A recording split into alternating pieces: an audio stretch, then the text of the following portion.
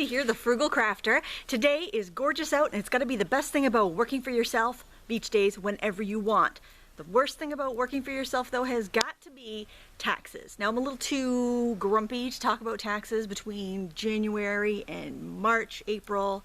Oh, let's just say May. Taxes are not my favorite thing, but once you start earning money from your art-related business, you're going to have to start paying taxes. Once you earn over $600, you kind of have made the shift between business and hobby. So the thing you need to keep in mind throughout the year is that you do have to pay taxes on that money, but as a self-employed person or a small business, you also get a lot more deductions that you wouldn't get as a hobbyist or working for somebody else. So my first piece of advice for business taxes, if you're an artist, would be to hire a tax preparer. They're generally less expensive than a full-out accountant, but they have to be certified and up to date on all the changes in the tax code from year to year, because chances are your tax preparer is going to have information that you don't have that's going to save you money on your tax bill come the end of the year.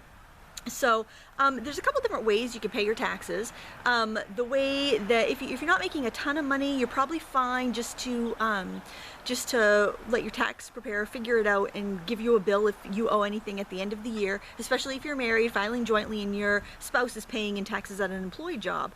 But otherwise, if you do end up having a bigger business or you don't want to have a big bill at the end of the year, you can estimate quarterly payments, and that's something a tax preparer can help you with.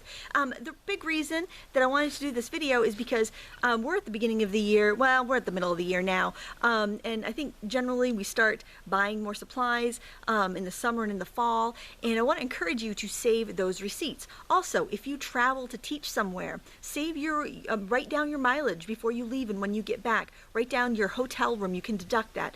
Keep your restaurant receipts. You can deduct 50% of your eating out while you're working. So there's a lot of different things that you may not be aware of that you can deduct if you subscribe to trade publications, if you take professional classes, if you take classes to hone your skills. Those are all expenses that you can deduct.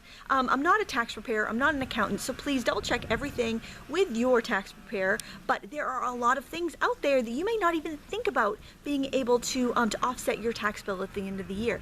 And every little bit helps, especially as you become more successful, which I'm sure you're going to be if you really put your mind to it and you really start trying to make a business from your arts and crafts. Now you may have a situation where you may be selling at a multi-vendor shop and you'll get a 1099 at the end of the year, or doing YouTube videos and you'll get a 1099 from the year, and that's great. You'll get all those 1099s and you turn those into your tax preparer, but if you don't have expenses to offset them, you're going to pay tax on 100% of that instead of your profit, which is what you should be paying the tax on.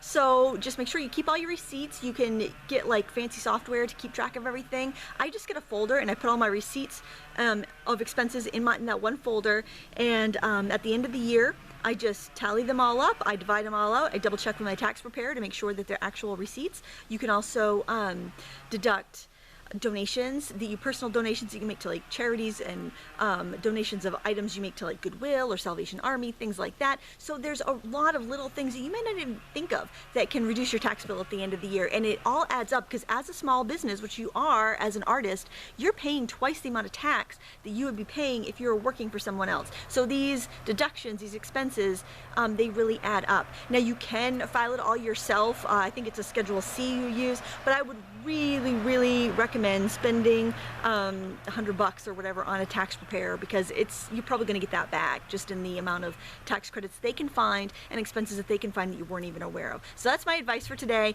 It's a lot less scary thinking about taxes in the summer than it is come January or February. And another tip that I would recommend is file your taxes as early as you can. Usually for me it's the first week in February, because most of my income comes in on 1099s, because I do a lot of work from different companies. So I wait till all those roll in, and then I can kind of get all my other income in order and file everything together. Just as long as you have your receipts and all that stuff ready to go, it shouldn't take you more than a day to get everything wrapped up and ready to go to your tax preparer, and then he can, or she can, go through and figure out what else is needed.